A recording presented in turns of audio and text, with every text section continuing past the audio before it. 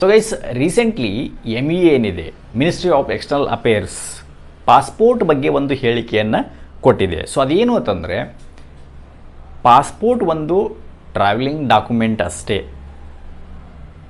Yes guys, passport ಒಂದು travelling document ಅಷ್ಟೇ, ಅದು ನಿಮ್ಮ ಸಿಟಿಜನ್ಶಿಪ್ಪನ್ನು ಪ್ರೂವ್ ಮಾಡೋದಿಲ್ಲ ಅಂತ ಹೇಳಿಕೆಯನ್ನು ಕೊಡಲಾಗಿದೆ.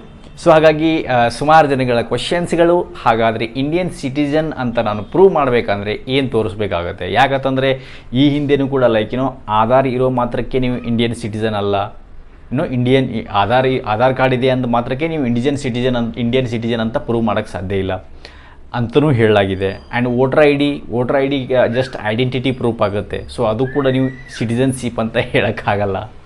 ಆ್ಯಂಡ್ ಪ್ಯಾನ್ ಕಾರ್ಡ್ ಅಂತೂ ಅಫ್ಕೋರ್ಸ್ ಪ್ಯಾನ್ ಕಾರ್ಡ್ ಅಂತೂ ಅಲ್ವೇ ಅಲ್ಲ. ಪ್ಯಾನ್ ಕಾರ್ಡ್ ಇರೋದ್ರಿಂದ ನೀವು ಇಂಡಿಯನ್ ಸಿಟಿಜನ್ ಅಂತ ಹೇಳೋಕ್ಕೆ ಸಾಧ್ಯನೇ ಇಲ್ಲ, ರೈಟ್?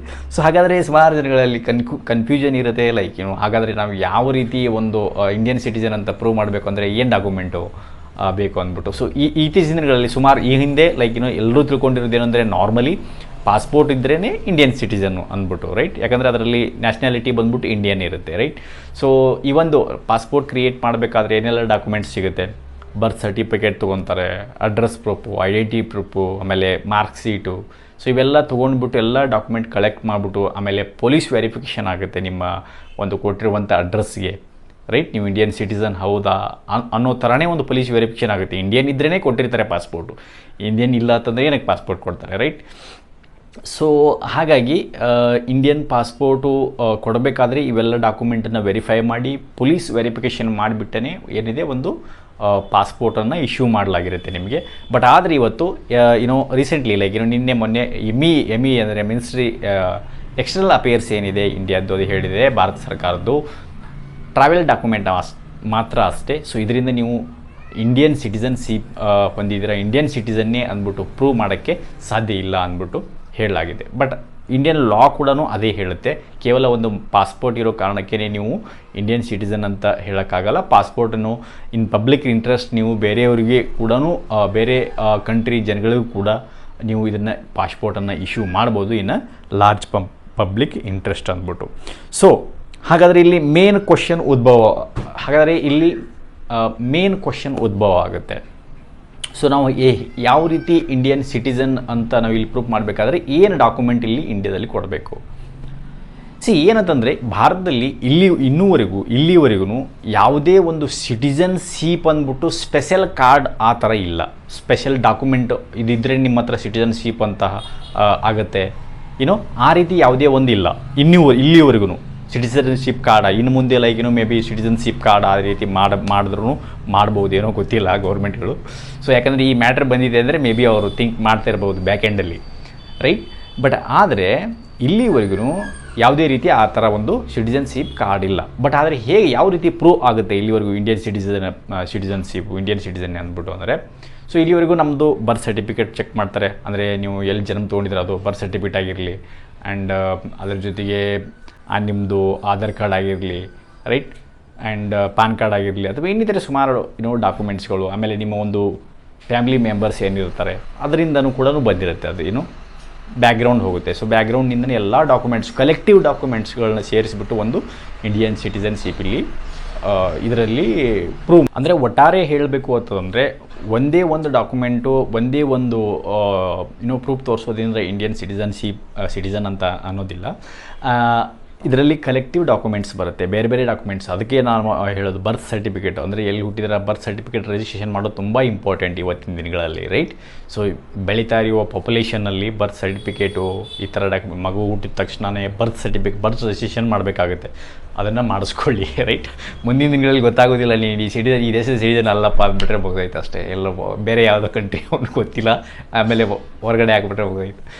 ಯೂಶಲಿ ಆ ರೀತಿ ಆಗೋದಿಲ್ಲ, ರೈಟ್? ಸೊ ಯಾಕಂದರೆ ನಿಮ್ಮ ಫ್ಯಾಮಿಲಿ ಮೆಂಬರ್ಸ್ ಇರ್ತಾರೆ, ಸೊ ಅಲ್ಲಿಂದ ಹಿಡ್ಬಿಟ್ಟು ಫುಲ್ ಬ್ಯಾಕ್ಗ್ರೌಂಡ್ ಎಲ್ಲ ಚೆಕ್ ಆಗುತ್ತೆ. ಸೊ ಹಾಗಾದರೆ ಒಟ್ಟಾರೆ ಹೇಳಬೇಕು ಅಂತಂದರೆ ಇಂಡಿಯನ್ ಸಿಟಿಜನ್ಶಿಪ್ಗೆ ನಿಮ್ಮದು ಒಂದು ಕಲೆಕ್ಟಿವ್ ಡಾಕ್ಯುಮೆಂಟ್ಸ್ ಇರುತ್ತೆ. ಒಂದೇ ಒಂದು ಕಾರ್ಡ್ ಇಲ್ಲ, ಒಂದೇ ಒಂದು ಪಾಸ್ಪೋರ್ಟ್ ಬೇಕಾಗಿಲ್ಲ, ಒಂದೇ ಒಂದು ವೋಟರ್ ಐ ಡಿ, ಒಂದೇ ಒಂದು ಆಧಾರ್ ಕಾರ್ಡಿಂದ ನೀವು ಇಂಡಿಯನ್ ಸಿಟಿಜನ್ ಅಂತ ಅಲ್ಲ.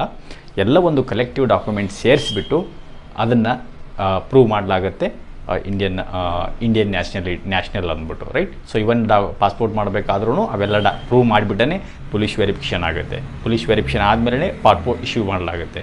ದಟ್ ಮೀನ್ಸ್ ನೀವು ಇಂಡಿಯನ್ ಸಿಟಿಸನ್. ಸೊ ಇಂಡೈರೆಕ್ಟ್ಲಿ ಹೇಳಬೇಕು ಅಂತಂದರೆ ಪಾಸ್ಪೋರ್ಟ್ ಇದ್ದರೆ ನೀವು ಇಂಡಿಯನ್ ಸಿಟಿಸನ್ನೇ. ಯಾವುದೇ ತಲೆ ಕೆಡಿಸ್ಕೊಳ್ಳುವಂಥ ಅವಶ್ಯಕತೆ ಇಲ್ಲ. ಸುಮಾರು ಜನ ಹಾಗಾದರೆ ನಾವು ಏನು ಮಾಡಬೇಕು, ಯಾವ ಡಾಕ್ಯುಮೆಂಟ್ ತೋರಿಸ್ಬೇಕು, ಹೀಗೆ ಸುಮಾರು ಸೋಷಿಯಲ್ ಮೀಡಿಯಾಗಳಲ್ಲಿ ಕ್ವಶನ್ಗಳು ಬರ್ತಾಯಿದೆ.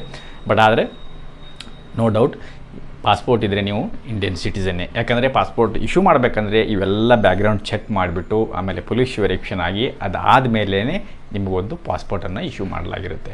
ಸೊ ಅಫ್ಕೋರ್ಸ್ ಎಸ್, ನೀವು ಹೇಳಿ ಇದೊಂದು ಟ್ರಾವೆಲ್ ಡಾಕ್ಯುಮೆಂಟ್ ಅಂದ್ಬಿಟ್ಟು, ಬಟ್ ಆ ಟ್ರಾವೆಲ್ ಡಾಕ್ಯುಮೆಂಟ್ ಜೊತೆಗೆ ನೀವು ಇಂಡಿಯನ್ ನ್ಯಾಷನಲ್ ಅಂತ ಅದು ತೋರಿಸುತ್ತೆ. ಯಾಕಂದರೆ ಬೇರೆ ಕಂಟ್ರಿಯಲ್ಲಿ ಹೋಗಬೇಕಂದ್ರೆ ನೀವು ಅದನ್ನು ತೋರಿಸ್ತಿರಲ್ವಾ. ಸೊ ಅವ್ರಿಗೆ ಏನು ಹೇಳ್ದೆ, ಅವ್ರಿಗೆ ಗೊತ್ತಾಗುತ್ತೆ, ಏನು ಗೊತ್ತಾಗುತ್ತೆ, ಯಾವ ದೇಶದವ್ ನೀವು, ನಾನು ಇಂಡಿಯನ್ ನ್ಯಾಷನಲ್ ಅಂತ ಹೇಳಿದ್ರೆ ತಾನೇ ಅವ್ನು ಬಿಡೋದು. ಸೊ ಅದಕ್ಕೋಸ್ಕರನೇ ಈ ಒಂದು ಪಾಸ್ಪೋರ್ಟ್ ಇಶ್ಯೂ ತುಂಬ ಸರ್ಕ್ಯುಲೇಟ್ ಆಗ್ತಾಯಿದೆ. ಸೊ ಹೇಳಿದ್ದು ಕೂಡ ಅಷ್ಟೇ, ಟ್ರಾವೆಲ್ ಡಾಕ್ಯುಮೆಂಟ್ ಅಂದ್ಬಿಟ್ಟು. But I don't know why ಅವ್ರು ಯಾಕೆ ಹೇಳಿದ್ರು ಅಂತ ಗೊತ್ತಾಗಲಿಲ್ಲ. ಲೈಕ್ ಇದು ಇಂಡಿಯನ್ ಸಿಟಿಸನ್ ಅಂತ ಆಗೋದಿಲ್ಲ. ಆದರೆ ಇಂಡಿಯನ್ ಸಿಟಿಸನ್ ಅಂದರೆ ಏನು, ಅದರಲ್ಲಿ ಆಲ್ರೆಡಿ ಇದೆ, ನೀವು ಆಲ್ರೆಡಿ ವೆರಿಫೈ ಮಾಡಿದ್ದೀರ ಅವ್ನು ಇಂಡಿಯನ್ ನ್ಯಾಷನಲ್ ಅಂದ್ಬಿಟ್ಟು, ಭಾರತದವನ್ನೇ ಅಂದ್ಬಿಟ್ಟು ಆದಮೇಲೆ ನೀವು ಇಶ್ಯೂ ಮಾಡಿದ್ದೀರ. ಅಫ್ಕೋರ್ಸ್ ನೀವು ಬೇರೆಯವ್ರಿಗೂ ಬೇರೆ ದೇಶದವ್ರಿಗೂ ಕೊಡ್ತಾ ಇದ್ದೀರಾ, that is the different issue. ಅದು ಇನ್ ಲಾರ್ಜ್ ಪಬ್ಲಿಕ್ ಇಂಟ್ರೆಸ್ಟ್ ಅವ್ರು ಕೊಡ್ತೀರಾ, ಅದನ್ನು ಕೊಡಿ, ಏನು ತೊಂದರೆ ಇಲ್ಲ. ಬಟ್ ನೀವು ಇಲ್ಲಿ ಮೋಸ್ಟ್ ಆಫ್ ದ ಡೊಮೆಸ್ಟಿಕ್ ಒಂದು ಪಾಸ್ಪೋರ್ಟ್ ಇಶ್ಯೂ ಮಾಡಬೇಕಂದ್ರೆ ಏನಾಗುತ್ತೆ, ಅವಾಗ ಅವರು ಅದನ್ನು ಹೇಳಿರ್ತಾರೆ, ಅವಾಗ ಅದನ್ನು ಚೆಕ್ ಮಾಡಿರ್ತಾರೆ. ಚೆಕ್ ಮಾಡಿಬಿಟ್ಟು ಪೊಲೀಸ್ ವೆರಿಫಿಕೇಷನ್ ಆಗುತ್ತೆ. ನಿಮ್ಮ ಮನೆಗೆ ಪೊಲೀಸ್ ಬಂದು ಚೆಕ್ ಮಾಡ್ತಾರೆ. ಅವ್ರು ಏನಕ್ಕೆ ಚೆಕ್ ಮಾಡ್ತಾರೆ? ಇದೇ ಕಾರಣಕ್ಕಾಗಿ ಅವನಿಗೆ ಭಾರತದವನು ಹೌದಾ ಅಲ್ವಾ ಅನ್ನೋದಕ್ಕೆ ಅಲ್ವಾ. ಸೊ ಇವಾಗ ಅವ್ರು ಹೇಳ್ತಾ ಇರೋದು ಅಲ್ಲ, ಇದು ಸಿಟಿಸನ್ಶಿಪ್ ಪ್ರೂವ್ ಮಾಡೋದಿಲ್ಲ ಅಂದರೆ ಇಟ್ಸ್ ಲೈಕ್ ಎ ಜೋಕ್. ಕಾನೂನು ಪ್ರಕಾರ ಹೋದರೆ ಕಾನೂನಲ್ಲೂ ಅದೇ ಹೇಳುತ್ತೆ, ಅದು ಹೌದು, ಇದೊಂದು ಟ್ರಾವೆಲ್ ಡಾಕ್ಯುಮೆಂಟ್ ಅಂದ್ಬಿಟ್ಟು. ದ್ಯಾಟ್ಸ್ ಓಕೆ, ನೀವೇನು ಜಾಸ್ತಿ ತಲೆ ಕೆಡಿಸ್ಕೊಳ್ಳೋ ಅವಶ್ಯಕತೆ ಇಲ್ಲ. ಪಾಸ್ಪೋರ್ಟ್ ಇದ್ದರೆ ನೀವು ಇಂಡಿಯನ್ ಸಿಟಿಸನ್ ಅಂತ ತಿಳ್ಕೊಳ್ಳಿ ಗೈಸ್, ಓಕೆ. ಯಾಕಂದರೆ ಅದ್ರ ಹಿಂದೆ ನಿಮ್ಗೆ ಅದು ಒಂದೇ ಅಂತಿರೋದಿಲ್ಲ, ಅದ್ರ ಜೊತೆಗೆ ಸುಮಾರು ಡಾಕ್ಯುಮೆಂಟ್ಸ್ಗಳು ಇರುತ್ತೆ ನಿಮ್ಮ ಹತ್ರ, ರೈಟ್. ಸೊ ಯಾಕಂದರೆ ಸಮ್ಟೈಮ್ಸ್ ಏನಾಗುತ್ತೆ ಅಂದರೆ ಫೇಕ್ ಡಾಕ್ಯುಮೆಂಟ್ಸ್ಗಳನ್ನ ಕೊಟ್ಬಿಟ್ಟು ಪಾಸ್ಪೋರ್ಟನ್ನು ರೆಡಿ ಮಾಡ್ತಾರೆ, ರೈಟ್. ಸೊ ಅದೇ ಕಾರಣಕ್ಕಾಗಿಯೇ ಈ ಒಂದು misunderstanding. So that's it for this video. ಇದ್ರ ಬಗ್ಗೆ ನಿಮ್ಮ ಅಭಿಪ್ರಾಯ, ಅನಿಸಿಕೆ ಏನು ಅನ್ನೋದನ್ನು ವಿಡಿಯೋದ ಕೆಳಗಡೆ ಕಮೆಂಟ್ ಮುಖಾಂತರ ತಿಳಿಸಿ. ಮತ್ತೆ ಒಂದು ಇನ್ಫಾರ್ಮೇಟಿವ್ ವಿಡಿಯೋ ಜೊತೆಗೆ ಟೇಕ್ ಕೇರ್, ಬಾಯ್.